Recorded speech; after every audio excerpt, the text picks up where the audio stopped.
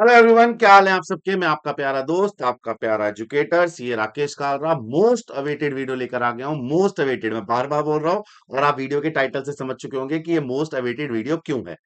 जैसे CA foundation में मैंने आपके साथ इंपॉर्टेंट क्वेश्चंस की लिस्ट शेयर की थी। सर इंपॉर्टेंट क्वेश्चन मतलब क्या आप इंपॉर्टेंट क्वेश्चंस बता रहे हो कौन कौन से हैं, या क्वेश्चन की पीडीएफ दे रहे हो? नहीं बेटे, देखो मैं बार बार कहता हूं कि आईसीआई अपना स्टडी मटेरियल बहुत मेहनत से बनाता है। आईसीआई अपने स्टडी मटेरियल पे बहुत ज्यादा घमंड करता है, बहुत ज्यादा। मैं I not finding a right word. अपने आप पे बहुत खुश रहता है या बहुत ज्यादा प्राउड फील करता है।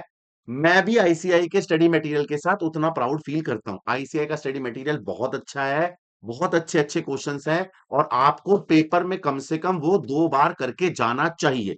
एटलीस्ट मिनिमम 2 बार, मैक्सिमम आपको कम से कम 3 बार स्टडी मटेरियल करना ही चाहिए। एक बार जब आपने टीचर के साथ क्लास में किया, प्लस क्लास में, उसके बाद 3 बार करना चाहिए। बट प्रॉब्लम क्या है, इतने सारे क्वेश्चन स्टडी मटेरियल के बार बार नहीं कर सकते, और कुछ रिपीटेटिव नेचर के हैं। तो मैंने फाउंडेशन में सीए फाउंडेशन वाले बच्चों को अकाउंट्स के इंपॉर्टेंट क्वेश्चन की लिस्ट दी थी स्टडी मटेरियल के। स्टडी मटेरियल के पूरे स्टडी मटेरियल, जितने उनके 2 स्टडी मटेरियल होता है, तुम्हारे 3 है, जितने इलस्ट्रेशन और जितने प्रैक्टिकल क्वेश्चन, मतलब स्टडी मटेरियल में जितने भी क्वेश्चन है, उसके 50% या 40% या 60% क्वेश्चन निकाल लिए थे जो इंपॉर्टेंट है, जिसको आप छोड़ के नहीं जा सकते, जो पेपर में आने के चांसेस ज्यादा है, या जो आपको कम से कम बार बार 3 बार एटलीस्ट रिवाइज करने चाहिए। ऐसे ही मैंने सीए इंटर की लिस्ट बना दी है, और ये बहुत इंपॉर्टेंट लिस्ट है। आप ये क्वेश्चन कम से कम May 25 के एग्जाम आने से पहले, आपके पास 3 महीने बचे हैं, तो ये क्वेश्चन आपको करने ही करने हैं एटलीस्ट 3 टाइम्स। सर कितने क्वेश्चन है? वो मैंने टोटल निकाले हैं 180 क्वेश्चन। 180 विद अकाउंटिंग स्टैंडर्ड मिला के 180 क्वेश्चन है। अब अगर आप हिसाब लगाओ 180 क्वेश्चन, और मैं एक क्वेश्चन की एवरेज, एक दिन में एवरेज मान के चलता हूं 30 क्वेश्चन, तो आपको 3 question, sorry, 180 divide by 4 question मान लेते हैं, तो आपको मोटा मोटा 40 से 45 दिन लगेंगे वो क्वेश्चंस करने में, 40 to 45 डेज। मतलब आप अगर अपनी पेस से एक दिन में 4 5, और मैं एक दिन में 10 कर लूं तो तू 18 दिन में कर लेगा। ठीक है, आप बहुत आराम पेस से भी चलोगे ना, तो आप ऑलमोस्ट 1.5 मंथ में पूरी अकाउंटेंसी दोबारा रिवाइज कर सकते हैं, पूरे स्टडी मटेरियल से। ऐसे आपको 3 बार करना है। पहली बार आपको शायद 40 डेज लगे, अगली बार शायद आपको 30 डेज लगे, और उसके बाद तो शायद आपको 20 दिन भी ना लगे। स्टडी मटेरियल के ये क्वेश्चन आप नहीं छोड़ सकते, कुछ भी हो जाए आप ये क्वेश्चन नहीं छोड़ सकते। पूरी स्टडी मटेरियल अब दोबारा करने की जरूरत नहीं है। मैंने सारे important question as wise, chapter wise, illustration, practical छान छान के मैंने मेहनत करी है इस पे 4 5 घंटे, कि यार ये क्वेश्चन सिमिलर है, इसे हटाओ, इस वाले में ये पॉइंट अच्छा है, इसे रख लो। ऐसे करके सारे क्वेश्चन निकाले हैं। क्वेश्चन सोचो कितनी मेहनत करी होगी मैंने। ये पूरी की पूरी लिस्ट आपके सामने है। That is most important question from study material. देखो मैंने चैप्टर वाइज आपके सामने रखे हैं।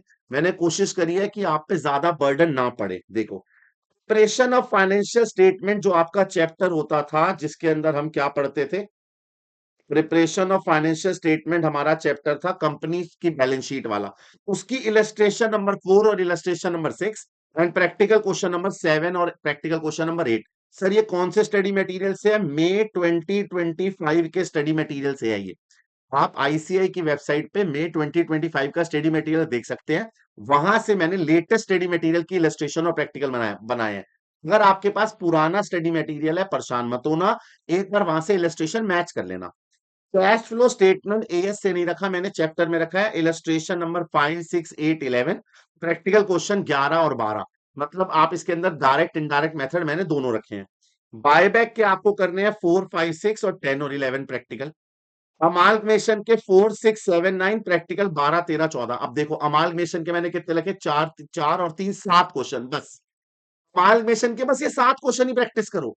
इंटरनल रिकंस्ट्रक्शन देखो, 3 और 3 6 इंटरनल के रखे हैं। आप ये 6 क्वेश्चन नहीं कर सकते? बस ये 6 क्वेश्चन करते ही इंटरनल खत्म, दोबारा इंटरनल पढ़ने की जरूरत ही नहीं है आपको। आप ये 6 क्वेश्चन मेरे लिए मैं कर लो, आपका पूरा बेस क्लियर हो जाएगा, अच्छे से प्रैक्टिस हो जाएगी। सर ब्रांच अकाउंटिंग में थोड़ी मेहनत ज्यादा करवाई है मैंने आपसे। 5 इलस्ट्रेशन है और 3 प्रैक्टिकल क्वेश्चन है, 8 क्वेश्चन करवा दिए। इन्वेस्टमेंट अकाउंटिंग एएस नंबर 13 के इलस्ट्रेशन 2 3 4 7 9, प्रैक्टिकल नंबर 10, 12 और 13, यानी ये भी 5 और 3 7 है। अच्छा, 5 और 3 8 है। उसके बाद कंसोलिडेशन के थोड़ी सी मेहनत ज्यादा है, आपके टोटल 6 इलस्ट्रेशंस हैं और 4 प्रैक्टिकल क्वेश्चन है। कंसोलिडेशन में थोड़ी मेहनत ज्यादा है क्योंकि बड़ा है। काउंटिंग स्टैंडर्ड वाइज देखो, एएस नंबर 1 की इलस्ट्रेशन नंबर 2 और 3, प्रैक्टिकल क्वेश्चन 6 और 8। एएस नंबर 2 इन्वेंट्री का 3 और 4, प्रैक्टिकल 7 8 9। कुछ इलस्ट्रेशन एएस नंबर 4 का 2 4 6, 2 4 5 6 और 6 prior period item. AS number 5 का event occurring after balance sheet date और ये prior period item 3 4 5 and practical number 6। AS number 7 contract का 2 4 7, 2 4 5 7 और 10 और 11। एएस नंबर 9 का 1 1 2 3 7 और 7 8 9। मैंने सबके ढूंढ लिए हैं। एएस नंबर 9 10 पीपी, ये सबसे बड़ा एएसएस के ज्यादा क्वेश्चन है। देखो इलस्ट्रेशन है इसकी ऑलमोस्ट 5, प्रैक्टिकल क्वेश्चन है ऑलमोस्ट 6। देखो जहां मुझे लगा कि ज्यादा देने चाहिए वहां मैंने ज्यादा दिए। कमाल, जैसे एएस नंबर 11 फॉरेन एक्सचेंज ज्यादा अच्छा है, उसके ज्यादा क्वेश्चन कवर करे हैं। एएस नंबर 12 गवर्नमेंट ग्रांट का नॉर्मल क्वेश्चन है, नॉर्मल कवर करे हैं। एएस नंबर 15 एम्प्लॉय बेनिफिट बहुत प्यारा है, इसके मैंने कवर करे हैं। As 16, as number 17, as number 18 की थ्योरी बेस्ड है ज्यादा, एएस नंबर 19 के ज्यादा नहीं है। टी के ईपीएस के देखो ज्यादा क्वेश्चन है, 6 क्वेश्चन रखे हैं। 22 के अंदर आपका डेफर्ड टैक्स लायबिलिटी में 2 3 4 8 और 9, इसके प्रैक्टिकल वेरी इंपॉर्टेंट, प्रैक्टिकल छोड़ ही नहीं सकते आप। एएस नंबर 23 के 3 ही क्वेश्चन है। एएस नंबर 24 का एग्जाम्पल नंबर 3 जरूर करना, example not illustration. Example check कर लेना, उसमें एक एग्जाम्पल है। और प्रैक्टिकल 7 8। एएस नंबर 25 का 1 3 10 11 financial reporting. As number 26 intangible का 2 3 10 12 13। एएस नंबर 27 का 1 2 3 4 5, ये मैंने जरूर रखे हैं, ये बहुत इंपॉर्टेंट है। ज्वाइंट वेंचर का पेपर में अभी तक आया नहीं है, आने के चांसेस बहुत ज्यादा है, ध्यान रखना ज्वाइंट वेंचर का। और practical question number 8। As number 28 intangible का 1 2 3 4, प्रैक्टिकल 9 10। एएस नंबर 9 प्रोविजन का 1 2 और 6 8। टोटल मिला के 103 इलस्ट्रेशन है और 80 क्वेश्चन है, यानी 183 क्वेश्चन निकल कर आते हैं। मैं आपको एक दिन की ऑन एन एवरेज, देखो एएस के क्वेश्चन छोटे होते हैं, तो आप 6 की एवरेज मान के चलो, आप बड़े आराम से कर लोगे। अगर मैं 6 की एवरेज मान के चलूं तो मेरे हिसाब से 30 डेज का काम है ये। 30 दिन के अंदर आप स्टडी मटेरियल पूरा रिवाइज कर सकते हो पहली बार अपने आप करते समय। और उसके बाद आपको सेकंड टाइम पे करने के लिए आपको मुश्किल से 20 दिन भी नहीं लगेंगे या 15 दिन भी नहीं लगेंगे। तो आप इसको 3 बार करके जा सकते हो। अगर आप ये क्वेश्चन कर लेते हो, ये सारे क्वेश्चन, मैं आपको गारंटी देता हूं, मैं आपको गारंटी देता हूं कि आपका स्टडी मटेरियल से आया हुआ क्वेश्चन या स्टडी मटेरियल से आया हुआ पॉइंट गलत नहीं होगा। और एटलीस्ट 60 to 70% हर साल का पेपर स्टडी मटेरियल से ही आता है। तो आप ये समझ के चलो, आप अपना 60 70% तो एग्जामिशन तक के चल रहे हो। आपकी एग्जामिशन तक तो 100% कवर हो गया। आप एग्जामिशन तो घर से लेकर चल रहे हो। उसके बाद आपको जो 13 क्वेश्चन आएगा उसमें हल्का सा दिमाग लगाना है बस। तो ये इंपॉर्टेंट क्वेश्चन है बेटे, ये कोई देखो रामबाण नहीं है। मैं कोई ऐसा नहीं कह रहा कि बेटे यही आएगा, मैं आपको कह रहा हूं हमें पूरा स्टडी मटेरियल करना है। स्टडी मटेरियल में भटकने से अच्छा है ये क्वेश्चन कर लो। ये क्वेश्चन तो करने ही करने हैं, और इसके अलावा जो बचे हुए हैं वो भी कर लोगे तो अच्छी बात है।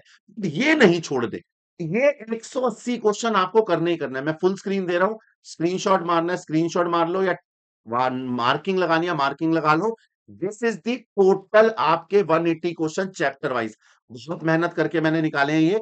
और इस मेहनत का फल तभी आएगा जब आप मेरे हिसाब से प्रॉपर स्ट्रेटेजी फॉलो करोगे। मैंने स्ट्रेटेजी में आपको बोला था कि बेटे मैं आपको इस क्वेश्चन की लिस्ट दूंगा, मैंने बना दी है। और ये सबसे इंपॉर्टेंट है, फाउंडेशन के बच्चों से पूछो, बहुत काम आई थी ये, बहुत काम। इंटर में भी आपके बहुत काम आएगी।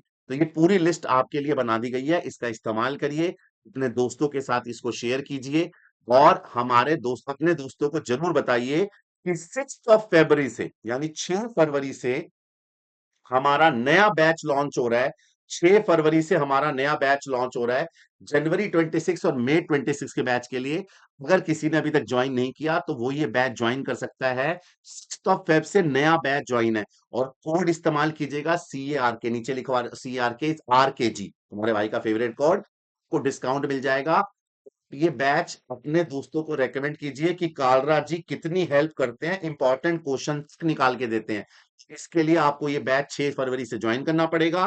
कोड इस्तेमाल कीजिएगा RKG और आपको मिल जाएगा डिस्काउंट। ठीक है जी, पक्का। तो फटाफट, अगर आपको ये वीडियो अच्छी लगी है और आपको इस वीडियो से हेल्प हुई है तो कमेंट में एक बार लव यू कालराज जी लिख दीजिएगा, love you Kalraj ji. Comment में लिख दीजिएगा और प्लीज दूसरों के साथ शेयर कीजिएगा। मैं मिलता हूँ आपको अगली कक्षा में। गुड नाइट, शुभ रात्रि, शब्बा खैर, अपना ख्याल रखें, घर वालों को परेशान ना करें।